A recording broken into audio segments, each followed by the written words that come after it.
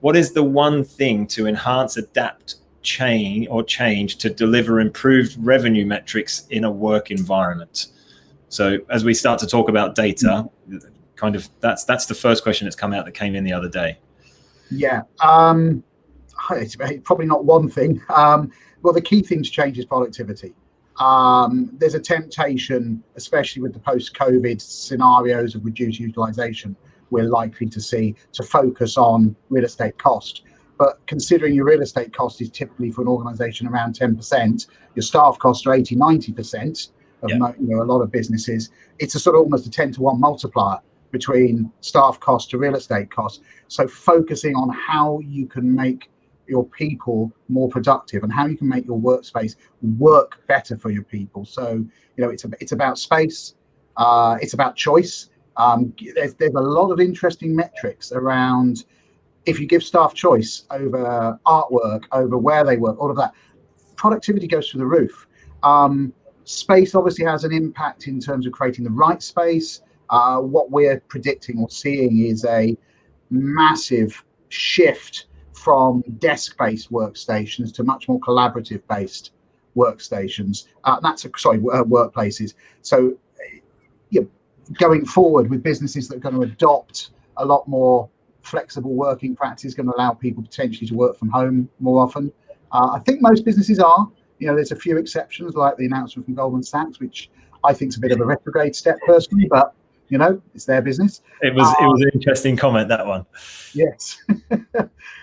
We are seeing, in fairness, I am seeing a bit of a shift back towards wanting people back in the office as things are, but a lot of people have been working quite productively at home, or very productively. Yeah. So actually, I think this whole idea of the hybrid solution, a mix of, working from home, working in local hubs, working in the office, that will enhance productivity. That will give people choice. Spaces in the office that are much more around collaboration, getting people to integrate, breaking down silos, that will enhance productivity. All of that as well will, businesses that adopt these sort of practices, you'll probably see an improvement in staff attraction, but more importantly, hopefully, a drop in staff attrition, so improvements in staff retention levels.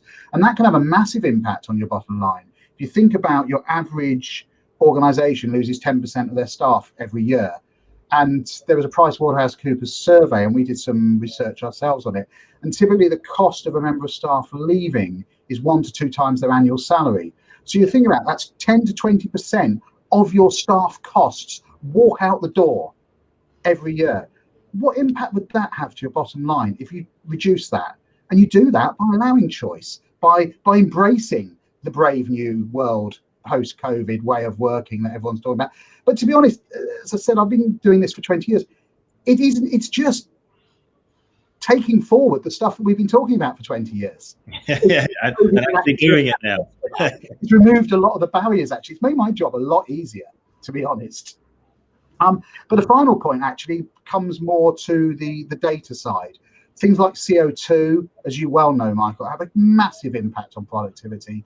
And that's where PropTech can come in. PropTech helping with the choice, the user experience, but also PropTech in terms of the sensors, allowing choice of space, and sensors around air quality, things like that, having a massive impact on having smart buildings that respond to the users and improve their productivity. Yeah, CO2 is a bigger one than people think. Everyone used to remember they were tired in meeting rooms. They didn't know why, but COVID's made us all indoor air quality experts.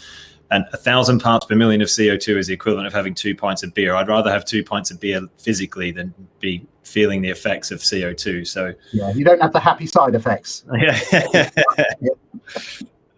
We've got there is a point that I wrote down on this. So there is.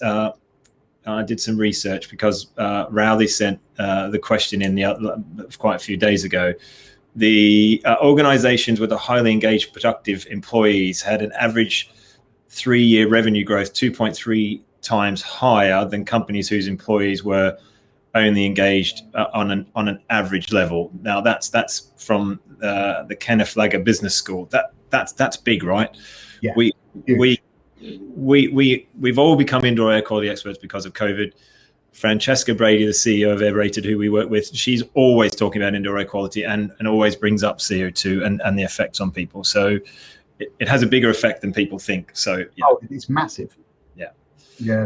We've got another question. Sorry. Yeah. I've got to say, the one-word answer, I think, really is, it's about using PropTech to give people the choice, to inform decisions on CO2 levels, inform decisions on where to go, which are the busy floors. That's how we're going to get the improvements in revenue.